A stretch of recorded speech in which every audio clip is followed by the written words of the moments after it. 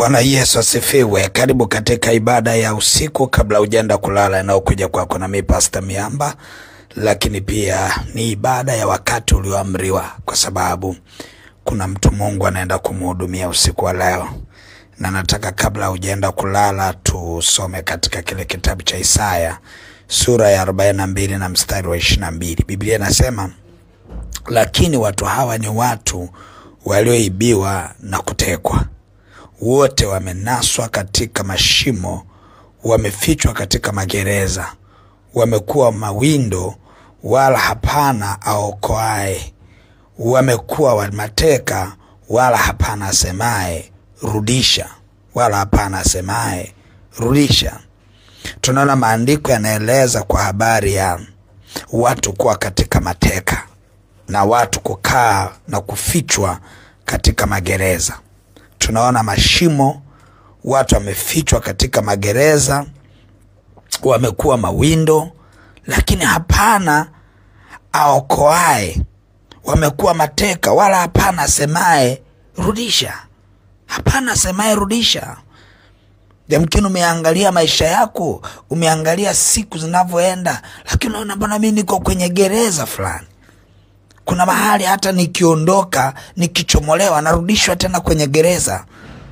Kuna mtu anaweza akawa naona kabisa narudishwa tena kwenye gereza. Yaani kuna uzinzi unaendelea, ninachomoka narudishwa tena kwenye gereza. Yaani kuna umaskini unaendelea, ninachomolewa lakini pia narudishwa tena kwenye gereza. Kuna mwingine anasema yani hali ya maisha, kwa mfano hali ya kutokuwa na furaha, hali ya msongo wa mawazo, mbona kama ni gereza? Nataka mtu mmoja ambaye anajitathmini kila siku na kuangalia maisha yake na kujua kama yupo kwenye gereza ama hayupo kwenye gereza. Unajua kati ya ugonjwa mkubwa wa kiroho ni kuchukulia mambo kawaida. Kwa sababu adui anapoona umechukulia kawaida, na yeye anaweka ngome hapo. Unapoona kila kitu kwenye maisha ni kama kawaida, Biblia inasema tusienende katika kawaida ya ulimwengu huu. Ulimwengu na kawaida yake, kwamba mtu anaumwa anaenda hospitali, anapona, anarudi nyumbani. Yaani ni kawaida ya ulimwengu huu. Lakini katika ulimwengu wa roho hatuchukuli vitu kawaida. Unaangalia unasema no, yani haiwezekani mimi kila siku nikawa na namba za daktari huyu, namba za daktari huyu. Lazima kuna gereza la magonjwa ambalo adui ameniweka humo, na lazima niseme rudisha. Kwa sababu Biblia inasema watu wamekaa kwenye magereza, watu wamekaa kwenye vifungo, hakuna asemaye rudisha. Usiku wa leo unapoenda kulala, ni ibada ya wakati ulioamriwa.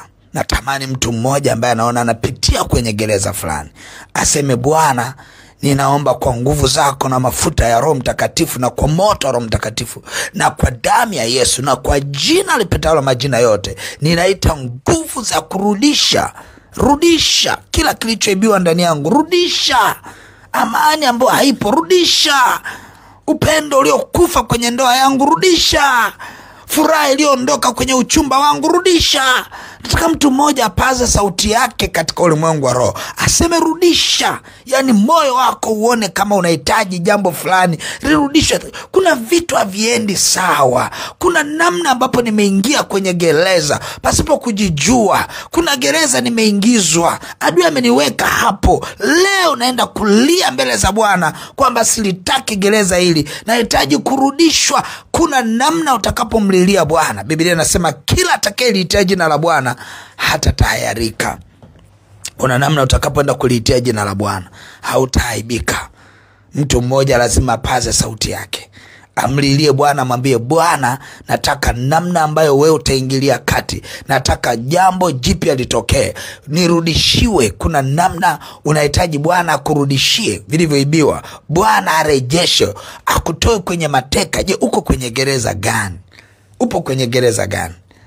Kuna gereza gani ambalo unaona hiki ni kifungo? Maana hakuna gereza pasipo kifungo. Unaona kabisa mbona hiki ni kifungo, mbona hii haijakaa sawa. Hapa adui amechukua nafasi, ana take advantage kwenye maisha yangu kwa kuwa nililichukulia jambo la kawaida. Na ndio mateso ya watu wengi, kwamba watu wanachukulia mambo kawaida. Watu wanachukulia mambo kawaida. Unaona vitu vyote ni kawaida. Unaona hali ya kutokuwa na fedha ni kawaida. Unaona kama hali ya uchumi wako kuwa chini ni kawaida. Ni kifungo hicho. Uko gerezani. Unaona kama kutokuolewa ni kawaida, unaona kama kutokuoa ni kawaida. Lazima uende mbele za Bwana umwambie rudisha. Kuna namna katika ulimwengu wa roho ulazima umwambie Bwana, siko tayari kutembea kwenye kifungo hiki. Gereza hili natoka. Mtu mmoja aniambia natoka kwenye gereza hili. Gereza hili natoka. Yani kabla haujaenda kulala, toka kwenye hili gereza kwanza, kwa sababu kuna muujiza unakuja, utashuhudia. Kuna watu wengine magereza yao huwa unayaona wakati wa usiku, naota ndoto mbaya zinakuleta kwenye magereza, lakini nakuhakikishia unapolala usiku wa leo, unapoisikiliza ibada hii, kuna magereza hayatakuona tena. Kuna namna ya mateso hayatakuona tena. Kuna namna ya huzuni uliyoshikilia, kuna namna hautaiona tena. Nataka twende mbele za Bwana, nataka twende tuombe, na mkono wa Bwana unaenda kukuhudumia kwa uweza wake na kwa upako wake na kwa nguvu zake. Utaenda kuona mkono ukikutoa katika gereza, na hautaamini kwamba kumbe hili jambo lilikuwa ni gereza langu, na kumbe nilimtakiwa nimuitie Bwana siku nyingi, ningekuwa nimetoka tayari kwenye gereza. Kwa hiyo nataka niende mbele za Bwana niombe kwa ajili yako. Baba mtakatifu, katika jina la Yesu Kristo wa Nazareth, Mungu aliye hai, ninakushukuru sana kwa ajili ya neema ya ajabu. Ninaomba kwa ajili ya wakati ulioamriwa, lakini pia mtoto wako anapoenda kulala.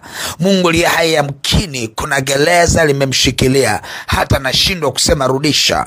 Gereza la magonjwa, gereza la allergy. Kuna mtu mmoja naona ndani yake ana allergy. Ninatangaza hilo gereza la allergy kukuachia leo katika jina la Yesu Kristo wa Nazareth.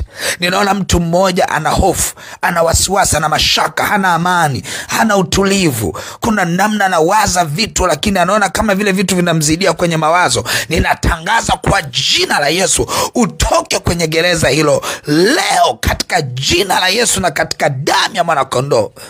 Roho Mtakatifu, asante, kwa maana kila roho ya hofu inaenda kumwachia mtoto wako anayenisikia wakati huu kwa jina la Yesu Kristo wa Nazareth. Baba asante. Ninaona kuna namna mtu mmoja katika mahusiano yake, kuna tabia ambayo inamtesa sana kwenye mahusiano yake, imekuwa kama gereza. Moyo wake anaulazimisha kama uzoee hiyo tabia, lakini Bwana ananiambia ya kwamba hilo ni gereza na unaenda kutoka leo kwa jina la Yesu Kristo wa Nazareth.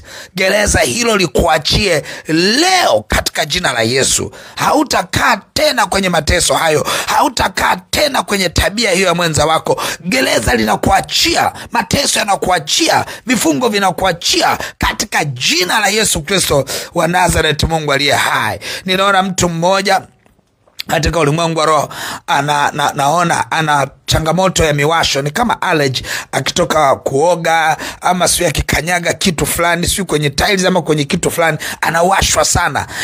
Ninaona hiyo, ninamuona mtu katika ulimwengu wa roho ambapo anatamka sasa, na hiyo miwasho haitarudi tena kwa jina la Yesu na kwa damu ya mwana kondoo. Ninaiondoa hiyo miwasho iliyokaa kama gereza kwenye maisha yako. Ninaamuru leo katika jina la Yesu upokee uponyaji. Hakutakuwa na giza tena litakalo kushikilia kwenye gereza hilo katika jina la Yesu na katika damu ya mwana kondoo. Naona na mtu mmoja ana changamoto ya kupumua, ni kama vile sio kwamba ana shida ndani, lakini kama anakuwa anajisikia kama hewa haiingii vizuri kwenye mfumo wa mwili wake. Ni gereza hilo, na ninapoenda kuomba sasa hivi naenda kuachia katika jina la Yesu Kristo wa Nazareth. Gereza lililomshikilia mtoto huyu ambaye amepata shida, anaona kama hapumui vizuri, ninaamuru leo gereza hilo likuachie kwa jina la Yesu na kwa damu ya mwana kondoo. Ninaamuru giza likuachie katika jina la Yesu. Baba asante. Ninaona katika ulimwengu wa roho kuna mtu ambaye fedha ikiingia ndani yake anakuwa kama akili inaibiwa, halafu ikiisha akili zinakuwa kama zinarudi. Akija kuangalia anaona kama ni hiyo hela hajafanya chochote cha maana. Ni gereza hilo. Nataka niende nikaombe kwa jina la Yesu na kwa damu ya mwana kondoo. Ninakutoa kwenye hilo gereza, utoke katika kuibiwa akili yako na ufahamu wako. Ninaamuru utoke katika mateka hayo kwa jina la Yesu na kwa damu ya mwana kondoo. Natangaza uhuru wako katika jina la Yesu. Natangaza neema kwa jina la Yesu. Natangaza kufunguliwa kwako katika jina la Yesu Kristo wa Nazareth, Mungu aliye hai. Baba asante. Ninaomba kwa ajili yako ambaye Ninaona kuna vitu vinaendelea kwenye nyumba yako hauelewi, lakini ninaona ni uharibifu umeingia ndani ya nyumba yako, kwamba kuna vitu vinaharibika. Unaona leo fundi wa umeme, kesho fundi wa bomba limepasuka, kesho sio kuna nini, kesho TV sio imefanya, kuna namna fulani hivi vitu vinaharibika ndani yako. Ninafunuliwa ndani ya maisha yako kuna uharibifu. Nataka niombe, na nitakapoomba huo uharibifu hautakuona tena kwa jina la Yesu na kwa damu ya mwana kondoo. Roho chafu ya giza iliyoweka uharibifu kwenye nyumba hii, kwa jina la Yesu ninaamuru hali ya uharibifu itoweke kwa jina la Yesu. Hali ya giza itoweke katika jina la Yesu. Natangaza uhuru wako sasa, natangaza neema, natangaza kuinuliwa kwako katika jina la Yesu Kristo wa Nazareth, Mungu aliye hai. Baba asante. Kuna mtu mmoja ninaona katika ulimwengu wa roho, ni maombi ya kinabii haya. Usishangae kwamba kwa nini naomba kwa namna hii. Ninaona kabisa kuna mtu mmoja ambaye yeye na mwenza wake wakisha anza kuplani jambo la maendeleo wanagombana. Ninaona giza hilo, ninaona gereza limewaingiza katika umaskini. Mnavyoplani mwanze kufanya jambo fulani, mtafaruko unatokea. Labda fedha itakapoisha, ama mtakapoondoka kwenye wazo jema la kufanya kwenye ndoa yenu ama kwenye mahusiano yenu, ghafla unashangaa amani inarudi. Kwa unajikuta mambo muhimu hamyafanyi, mnakuwa katika hali ya kutokuwa na amani. Nataka niombe niitie amani ya Bwana ingie katikati yenu, na mtashangaa, mtaanza kufanya mambo makubwa katika jina la Yesu Kristo wa Nazareth. Baba, ninaomba amani kaingie katika ndoa hiyo, amani kaingie katika mahusiano haya, amani kaingie katika uchumba ule, amani kaingie kati ya wawili wale, kwa jina la Yesu na kwa damu ya mwana kondoo. Giza halina mamlaka, mateso yana mamlaka, uharibifu una mamlaka kuanzia leo. Baba, asante kwa rehema na neema. Sifa na heshima ni vyako. Ninatangaza usiku ulio mwema. Unapoenda kulala, ukalale kama mtoto mchanga. Ninakutangazia neema kwa jina la Yesu. Ninalibatilisha giza kwa jina la Yesu. Nabatilisha mateso kwa jina la Yesu. Hakutakuwa na miunganiko ya giza wala ndoto za kichawi kwa jina la Yesu. Na kutenga na ndoto za kichawi, na kutenga na miunganiko ya giza kupitia ndoto kwa jina la Yesu. Na kutenga na uvamizi wa mapepo ya usiku kwa jina la Yesu. Ninakutangazia usiku wenye ushindi ndani yako. Natangaza usiku wenye neema ndani yako kwa jina la Yesu. Na iwe hivyo kwako na watoto wako, iwe hivyo kwako na mwenza wako, iwe hivyo kwako na nyumba yako kwa jina la Yesu na kwa damu ya mwana kondoo. Baba, asante kwa rehema na neema. Nataka pia ndani yangu nasikia kuombea vifungo katika akaunti zako. Haijalishi una M-Pesa, Tigo Pesa, sui Airtel Money, sui nini, lakini akaunti za benki, imradi ni mahali ambapo pana hifadhi yako. Nataka nitamkie neno la kinabii, hifadhi yako haitakuwa na uharibifu katika jina la Yesu Kristo wa Nazareth, Mungu aliye hai. Ninatangaza uhuru katika hifadhi yako. Natangaza kufunguliwa mipaka katika benki yako. Natangaza giza kuondoka katika hifadhi yako. Kila kinachokula hifadhi yako na kiondolewe leo kwa jina la Yesu. Ninaamuru kila giza liondoke leo katika jina la Yesu. Natangaza kufunguliwa kwa jina la Yesu Kristo wa Nazareth katika hifadhi yako. Haitaliwa wala kupotea kwa jina la Yesu Kristo. Kila giza liondoke kwenye maisha yako kwa jina la Yesu. Ninaamuru leo hifadhi yako, mahali unapoweka hazina yako, pakawe na ulinzi wa Roho Mtakatifu kwa jina la Yesu na kwa damu ya mwana kondoo. Baba, asante kwa rehema na neema. Sifa na heshima ni zako.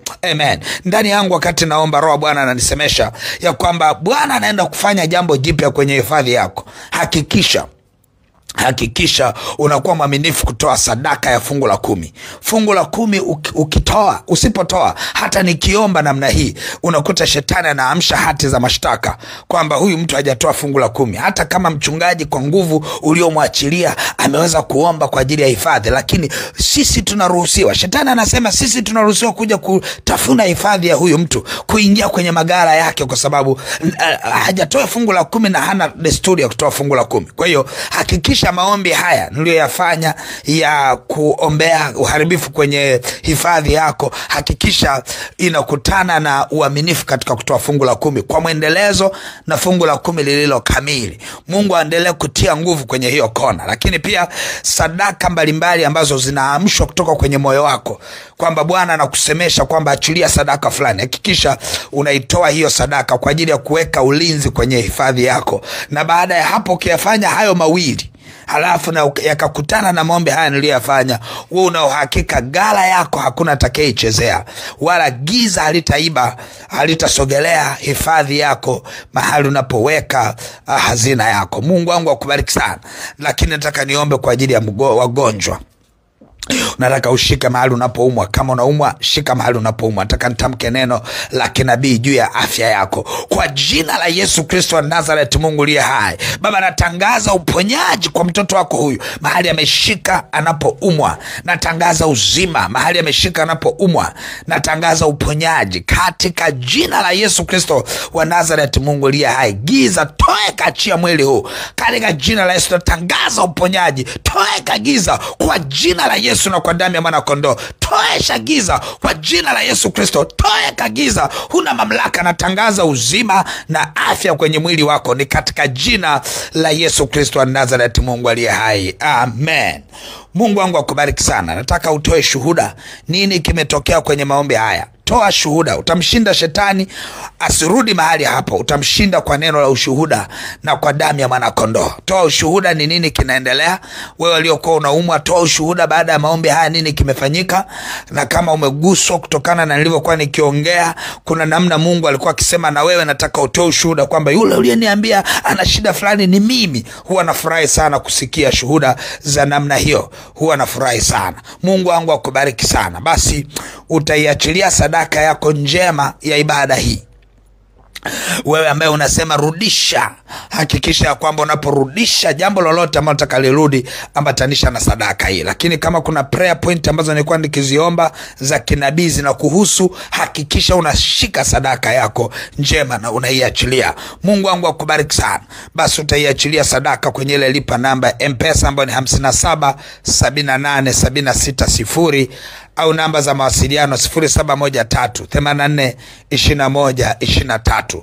Mungu wangu akubariki na uwe na wakati mwema na usiku mwema, na uwe na nguvu ya kumshinda adui wakati wa usiku. Mungu wangu akubariki na uwe na ushindi. Amen.